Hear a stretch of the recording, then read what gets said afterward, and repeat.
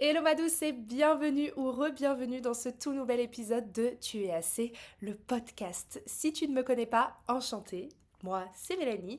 Je te fais rapidement le pitch qui me définit depuis ces 5 dernières années. Je suis coach en confiance et en estime de soi et j'accompagne les femmes ambitieuses comme toi à révéler leur plein potentiel pour se créer la vie paisible dont elles ont toujours rêvé sans culpabiliser et en arrêtant de se remettre en question. Et ce podcast, il existe pour une raison simple, dire à voix haute ce que les femmes ressentent en silence. Donc ici, pas de bullshit, pas de positivité toxique, de vraies conversations sur les vraies choses de la vie. J'ai créé Tu es assez pour partager mes meilleurs conseils afin d'arrêter d'alimenter des relations à sens unique, d'oser se faire passer en priorité dans sa propre vie. Ouais, ça paraît fou. Arrêter de trop penser et de se poser des questions pour enfin passer à l'action et obtenir la transformation qui changera tout. J'ai accompagné près de 400 femmes grâce à ma méthode AC et qui, après 3 mois d'accompagnement, me disent qu'elles ne se reconnaissent plus, qu'elles se sentent libérées, que ma méthode a changé leur vie, que je n'ai plus la même femme, la même personne en face de moi. Et je te confirme qu'entre le premier appel de diagnostic et le dernier appel de coaching, je n'ai plus pour le mieux les mêmes femmes en face de moi. Et c'est grâce à toutes ces réussites, toutes ces transformations que j'ai eu la chance de voir évoluer, d'accompagner, de voir bloomer finalement, que j'ai chaque jour envie d'aller encore un petit peu plus loin, de vous transmettre plus et de vous offrir à vous aussi cette chance. Si tu sens l'appel de ton corps, que tu mérites mieux, que tu mérites plus, alors je te propose de prendre quelques minutes pour papoter ensemble et voir si la méthode peut être faite pour toi. Toutes les infos sont dans la description et je serai la plus heureuse de te rencontrer et d'en savoir plus sur ce qui t'empêche de passer à l'étape supérieure aujourd'hui, maintenant, tout de suite. Bon, maintenant que les présentations sont faites, je vais te poser une question. C'est quoi ton planning du reste de la semaine et du week-end à venir et de la semaine prochaine? J'imagine que tu as sport lundi matin, une réunion tardive mardi soir, donc du coup ça va un peu te bouffer ta soirée, un verre avec les copines mercredi, un dîner avec les collègues jeudi, du sport entre midi et deux, une soirée wine pour décompresser vendredi, un brunch samedi avec les copines, et puis peut-être une petite session shopping après, et dimanche, dimanche c'est reset, parce qu'il faut qu'on prépare la semaine. Donc c'est un reset mais productif quand même. Donc c'est-à-dire qu'on va faire les courses, on va batch cooker, on va peut-être aller bruncher encore une fois, on va aller faire une marche avec les copines. Et puis, s'il y a quelqu'un qui a le malheur d'annuler une soirée, un plan, tu vas ressentir quoi? Un soulagement, ouais, peut-être, de premier abord, mais juste derrière ce soulagement, il y a une légère angoisse. Une sorte de vide dont on ne sait pas trop quoi faire. Bah, c'est exactement de ce vide qu'on va parler aujourd'hui. Bienvenue dans cet épisode. Aujourd'hui, on parle d'addiction. Pas d'addiction à l'alcool, pas d'addiction aux jeux, pas d'addiction aux réseaux sociaux, quoique ça vaudrait le coup de s'y attarder, mais quelque chose de bien plus socialement acceptable et même valorisé. C'est l'addiction au bruit, l'addiction à l'agenda plein. Et spoiler, si ton premier réflexe en entendant ça, c'est mais moi j'aime juste être active, hein, je suis hyper active, c'est comme ça, c'est dans ma nature, bah, je crois que cet épisode, ma douce, il est exactement fait pour toi. Donc pendant que tu te prépares ton thé ou que tu es en route pour aller chercher ton matcha, laisse-moi te décrire une version assez précise d'une de mes copines. Elle se lève tôt. C'est une fille du matin, comme elle aime le dire. Elle a un rituel matinal, enfin quelque chose qui ressemble en tout cas entre deux alarmes. Elle va au sport plusieurs fois par semaine parce que ça fait du bien et ça évacue le stress, c'est bon pour son corps mais aussi pour sa tête. Elle est géniale dans son boulot, elle s'investit, elle a une conscience pro incroyable, elle reste tard parce qu'il y a toujours quelque chose à finir, toujours quelque chose à préparer, mais c'est aussi toujours la première au bureau le lendemain matin parce que elle aime bien ce moment calme où personne n'est encore arrivé et elle peut juste bosser sur ses emails. Le soir, elle a presque toujours un truc de prévu. Elle a des verres avec les collègues, elle a un dîner avec une copine de l'école qu'elle n'a pas vue depuis un moment, elle a un théâtre, une sortie, un cours de sport, une soirée d'anniversaire ou encore un pot de départ. Et si elle a rien de prévu, t'inquiète pas, elle va créer quelque chose. Elle propose, elle organise, elle est la meuf active. Celle qu'on admire dans le groupe, celle dont les autres disent je sais pas comment tu fais. Celle qui a l'air d'avoir une vie pleine. Spoiler alerte, cette nana, c'est pas une copine, c'était moi. Et elle, en entendant ça, bah, elle sourit, parce que c'est exactement l'image qu'elle veut donner. Mais il y a des moments qu'elle montre pas. Le dimanche à 17h, quand la lumière elle commence à baisser, que le lundi il commence à pointer le bout de son nez et qu'il y a une tristesse inexplicable qui s'installe. Le moment où il y a un plan qui s'annule et qu'elle sent une panique légère monter, et donc du coup elle ouvre Instagram ou elle envoie 3 4 messages sur WhatsApp pour créer un autre plan. C'est le soir, en rentrant chez elle, seule, elle va mettre de la musique, un podcast, la télé, une série, n'importe quoi pour ne pas entendre le silence. Ce silence. Parce que le silence, pour elle, c'est dangereux. Le silence, ça parle. Et ce qu'il dit, elle n'est pas sûre de vouloir l'entendre. Ce que je viens de te décrire, c'est vraiment pas un trait de personnalité. C'est pas un trait de caractère avec lequel on est. C'est une stratégie d'évitement. Et elle est brillante, cette stratégie d'évitement. Vraiment. Parce qu'elle ressemble exactement à son contraire. Elle ressemble à quelqu'un qui vit pleinement, qui profite, qui s'épanouit, qui croque la vie des deux bouts. Alors qu'en fait, en réalité, c'est courir.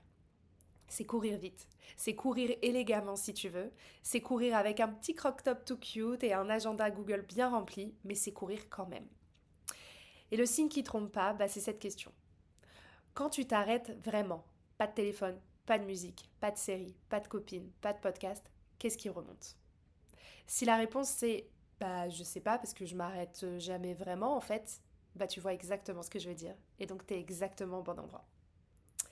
Alors pourquoi? Pourquoi une femme intelligente, consciente, très bien entourée construit-elle sa vie comme un rond-parc entre elle-même?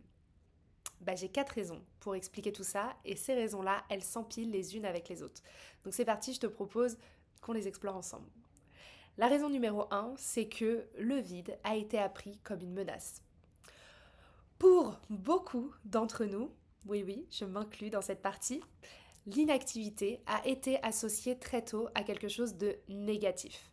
Paresse, inutilité ou pire, un espace pour que les pensées difficiles arrivent. Si tu as grandi dans un environnement où les émotions n'avaient pas vraiment de place, où on avançait coûte que coûte, où on gérait, si on montrait qu'on souffrait ou qu'on ressentait trop, c'était une faiblesse, tu as appris quelque chose de très précis.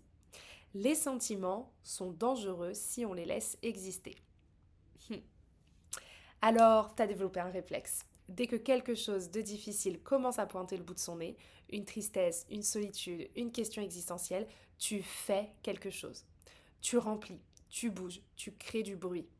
C'est pas de la faiblesse, c'est une intelligence de survie. Le problème, c'est qu'à 30 ans, 35 ans, 40 ans, ce mécanisme, il tourne encore en automatique. Même si tu n'as plus rien à fuir de concret. Et là, on arrive à la vraie racine. Quelque part, pas forcément de façon consciente, attention, je te vois arriver, t'as peur que... T'as peur de ce que tu découvrirais si tu t'arrêtais vraiment.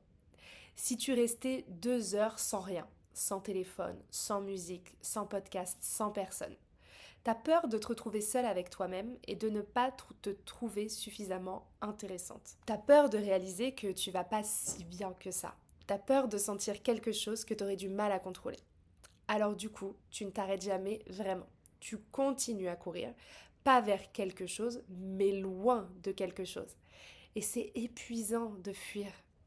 C'est ça le truc avec la fuite, c'est qu'elle ne s'arrête jamais d'elle-même. Il faut qu'à un moment, tu décides de te retourner, de t'arrêter et de regarder. La raison numéro 2, c'est que l'hyperactivité, elle est socialement récompensée. On vit dans une culture qui glorifie le busy. Être occupé, c'est avoir de la valeur. Avoir un agenda chargé, c'est être désirable. Être productif, c'est être quelqu'un. C'est avoir des responsabilités. Et pour une femme avec un bon job, qui est ambitieuse dans un milieu compétitif, ce message, il est partout. Il est dans les conversations, il est dans les réseaux sociaux, il est dans la façon dont on parle du dimanche soir. Personne ne te dit bravo d'être resté chez toi 3 heures sans rien faire. Mais tout le monde admire ton courage de jongler avec autant de choses. Donc inconsciemment, encore une fois, tu as appris que ton agitation, elle valait mieux que ton silence. Que ta valeur, elle se mesure dans ta densité de vie. Et ça, c'est une croyance qui te coûte très très cher au quotidien. Il y a quelque chose que tu essaies de ne pas ressentir. Je ne sais pas ce que c'est spécifiquement pour toi. Peut-être que c'est une solitude affective que tu veux pas nommer, peut-être que c'est une relation qui te convient plus, peut-être que c'est un deuil que t'as pas fait d'une histoire, d'une version de toi-même, d'un rêve abandonné. Bref, il y a une anxiété de fond que t'as jamais vraiment regardé en face. Et le bruit social, c'est l'anesthésiant. C'est un anesthésiant qui est le plus socialement acceptable qui existe. Contrairement à l'alcool, contrairement à la nourriture, contrairement aux séries en boucle, le fait de rester dans son canapé à juste fumer et regarder la télé, bah personne ne te dit que tu as un problème quand tu remplis ton agenda. Au contraire, on t'admire, on valorise ça. Donc c'est un peu comme les enfants. Plus je te dis waouh, c'est incroyable, plus tu vas continuer. Mais le mécanisme, il est exactement le même. Tu ressens quelque chose d'inconfortable, tu crées une distraction. La distraction, elle occupe le cerveau et la douleur, elle est temporairement neutralisée. Et donc, tu répètes ce scénario encore et encore. Et comme toute antidouleur, eh ben la dose, elle augmente avec le temps. Il te faut de plus en plus de bruit pour atteindre le même niveau d'anesthésie. Et c'est pour ça que l'agenda, il est toujours plus plein. Et c'est pour ça que tu ne peux plus rester, même ne serait-ce que 5 minutes dans le silence sans chercher quelque chose à faire. La raison numéro 3, c'est l'angoisse du qui je suis sans tout ça. Voilà celle dont on parle le moins et qui est peut-être l'une des plus profondes. Si tu retires le boulot, le sport, les copines, les projets, les plans, les voyages, que reste-t-il? Cette question-là, elle est terrifiante. Elle l'est aussi pour moi, je te rassure. Parce qu'il y a une partie de toi qui a peur que la réponse soit pas grand-chose. Que sans tous ces rôles de vie que tu mènes, sans toute cette agitation, tu sois vide finalement. Alors plutôt que de vérifier si c'est vrai, du coup tu t'arrêtes jamais assez longtemps pour le savoir. C'est le paradoxe brutal de la meuf active. Elle fuit le vide en croyant qu'il existe, alors qu'il n'existe peut-être que parce que elle ne s'est jamais donné la chance de le remplir autrement que par l'extérieur. Pose-toi cette question honnêtement. Qui es-tu quand tu ne fais rien? Pas qu'est-ce que tu aimes faire, parce que ça c'est facile, mais je veux dire qui es-tu dans le silence total? Sans tes activités, sans tes cercles sociaux, sans tes projets, sans tes accomplissements, sans la performance, qui est-ce que tu es quand tu n'es pas dans cette performance? Pour beaucoup de femmes, et ça a longtemps été mon cas, et ça l'est encore parfois, je vais être complètement honnête avec toi, alors t'es vraiment, vraiment pas seule ici, la réponse à cette question, elle est floue, elle est inconfortable, elle peut même être effrayante. Parce que pendant des années, l'identité, elle s'est construite sur le dehors, sur l'extérieur, sur ce qu'on fait, sur ce qu'on accomplit, sur comment on est perçu. Je suis quelqu'un d'actif, je suis quelqu'un du matin, je suis quelqu'un de sociable, je suis quelqu'un qui a une vie bien remplie, je suis quelqu'un qui gère des entreprises, je suis quelqu'un qui voyage beaucoup. Mais tout ça, ça c'est une identité de surface. Et au fond, tu le sais, t'es déjà au courant. Le silence, c'est l'endroit où tu dois exister sans tout ça.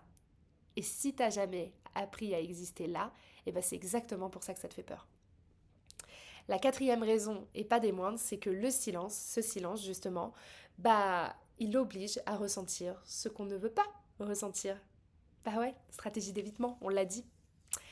C'est la raison la plus concrète. Il y a souvent, au fond de ton agenda surchargé, quelque chose de très précis qu'on ne veut pas regarder.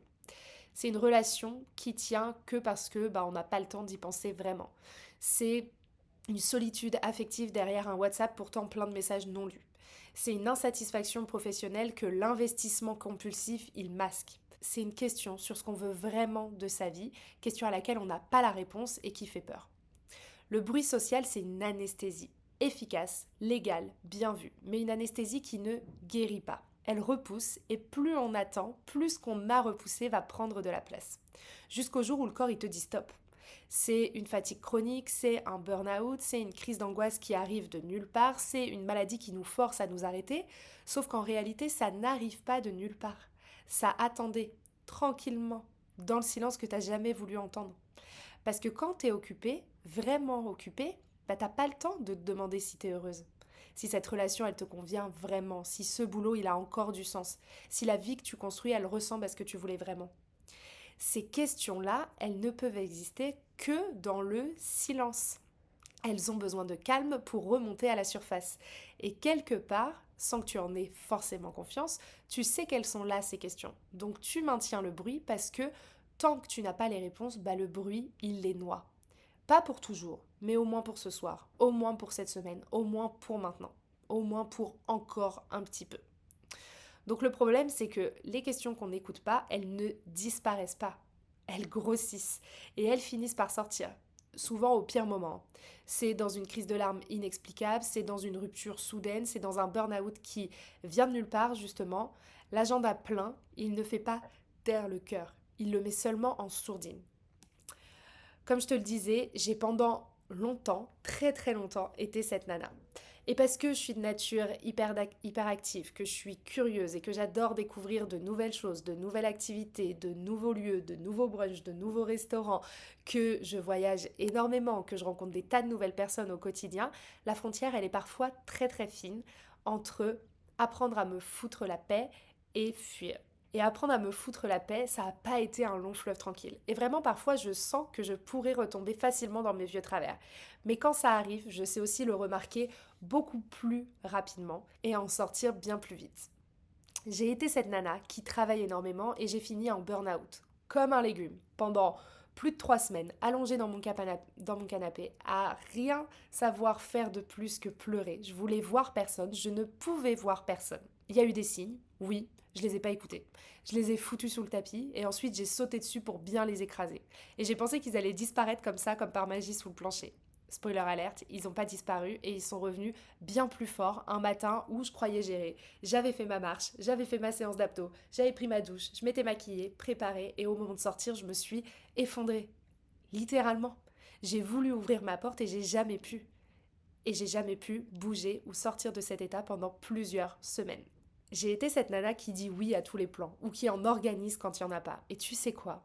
Il n'y a rien de plus désagréable que de se sentir seul quand on est entouré.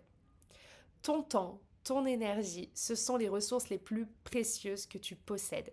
Et les utiliser à l'extérieur pour fuir quelque chose qui se passe à l'intérieur, c'est toujours un mauvais calcul.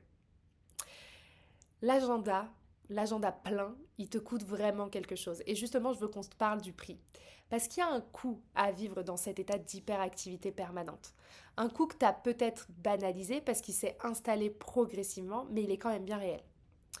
Le premier coût, c'est à tous les coups la fatigue. Pas la bonne fatigue. Celle du plein, de l'accompli, de je l'ai fait, j'ai réussi. Non, c'est pas celle-ci. C'est la fatigue le matin au réveil, mais tu sais pas pourquoi. C'est celle qui part pas avec le week-end. C'est celle qui te fait dire je suis épuisée, mais sans vraiment savoir de quoi exactement. J'en vois des dizaines et des dizaines par semaine en appel. Des femmes qui arrivent complètement épuisées. Pourquoi? Parce qu'elles portent tout sur leurs épaules, qu'elles portent trop sur elles et qu'à un moment, le corps, il est là pour dire stop. Tu sais pourquoi? Parce que fuir, ça consomme une énergie colossale. Maintenir le mouvement pour ne pas s'arrêter, c'est comme garder un moteur en surrégime en permanence. À un moment, ça va péter, ça va fumer. Ton niveau de stress, il est au max. Ton niveau de cortisol, il est au max. Ton corps, il réagit à ce stress. Mais tu ne le vois même pas. Pourquoi? Parce que tu es tellement habitué que tu as arrêté de ressentir les signaux. Parce que tu n'as pas le temps de les écouter. Tu n'as pas le temps de les vivre. Donc du coup, tu enchaînes et tu te dis que ça va passer. Ça passera pas. Mais ça va empirer. Et tu le sais déjà. Le deuxième coup, c'est la superficialité des liens. Parce que quand tu es toujours dans le faire, t'es jamais vraiment dans l'être, t'es jamais vraiment là. T'es présente physiquement, certes, mais intérieurement, tu gères. T'es en train de performer.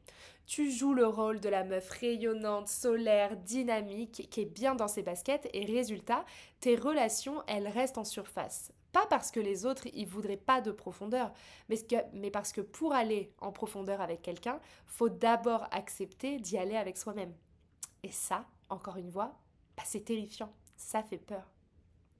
Le troisième coup, et c'est sans doute le plus douloureux, c'est que tu passes à côté de toi. Tu cours si vite que tu n'as plus accès à ce que tu ressens vraiment, à ce que tu veux vraiment, ce dont tu as vraiment besoin, tes désirs authentiques. Pas ceux que ta to-do list, elle te dit de faire ou de valider.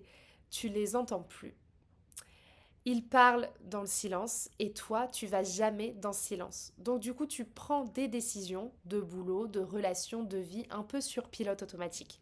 Parce que tu t'es jamais vraiment posé, t'as jamais vraiment pris le temps de te demander ce que toi, tu voulais. Pas la meuf productive, pas l'image sociale de la meuf hyperactive, pas la meuf admirable, toi. Et spoiler, encore une fois, tu n'es pas moins admirable, tu n'as pas moins de valeur parce que tu t'arrêtes 5 minutes pour penser, pour faire une sieste ou pour te reposer. Ou 2 heures, ça marche aussi. Et il y a un truc que je trouve particulièrement cruel dans tout ça, c'est que la meuf qui remplit son agenda pour pas s'ennuyer, cette meuf-là, là, toi, tu crois que tu vis plus intensément que les autres. Alors que souvent, bah, c'est exactement l'inverse. Elle vit beaucoup, cette nana-là, mais elle ressent peu. Parce que ressentir, ça demande de s'arrêter. Et la vie vécue sans ressentir, c'est comme une vie que tu es en train de regarder par la vitre par la fenêtre. Tu la vois défiler, mais à laquelle t'as pas vraiment accès. C'est comme si tu regardais ce village-là trop cute, qui a l'air trop mignon, par la vitre de la voiture, mais t'as même pas le temps de l'admirer parce que bah, la voiture, elle est allée trop vite. Alors que toi, tout ce que tu aurais voulu, c'est arrêter la voiture, descendre, te poser en terrasse et admirer juste les gens faire leur vie et profiter du soleil et boire un petit thé tranquille. Donc voilà ce que je veux que tu retiennes de cet épisode. C'est que t'es pas hyperactif par passion. T'es pas quelqu'un qui a besoin de beaucoup de stimulation. Tu n'es pas juste une meuf qui aime avoir une vie bien remplie. Et surtout, cette organisation de vie, c'est pas ta faute. Je veux pas que tu te blâmes. T'es simplement en fuite. Et ça, c'est pas un jugement, c'est un diagnostic.